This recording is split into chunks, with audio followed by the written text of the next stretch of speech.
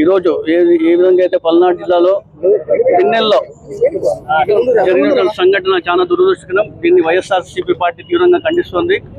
ఈ విధంగా పల్నాడు జిల్లానే కాదు, రాష్ట్ర వ్యాప్తంగా ఈరోజు చూసుకుంటే కక్ష సాధింపులు, దౌర్జన్యాలు, దాడులు, హత్యలు, అత్యాచారాలు, గ్రామాలు బహిష్కరణ ఏ విధంగా చేస్తున్న కూడా ప్రజలందరూ గమనించాలా.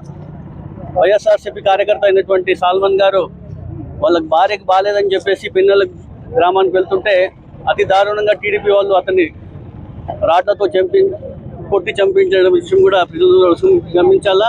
ఎంత తీవ్రమైన విషయం కూడా ప్రజలందరూ ఒకసారి గమనించాలా. ఎప్పుడు లేని విధంగా ఇంత కక్ష సాధింపులు చేస్తున్న విషయం కూడా ప్రజలు ఒకసారి గమనించాలని తెలియజేస్తున్నాను.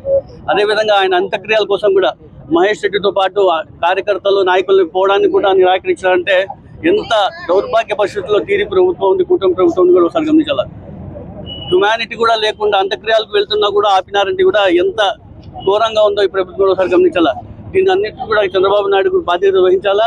ఆ చనిపోయిన కుటుంబానికి ఆర్థికంగా కానివ్వండి, వాళ్ళకి ఉద్యోగపరంగా ప్రతి ఒక్క పరంగా కూడా వాళ్ళకి ఖచ్చితంగా సాయం అందించాలని తెలియజేసుకుంటూ, ఇలాంటి సంఘటనలు జరిగితే వైఎస్ఆర్సీపీ ఎప్పుడు కూడా ప్రశ్నించే ఎప్పుడు ఉంటుంది, నిరసన చేసే కూడా ఉంటుంది.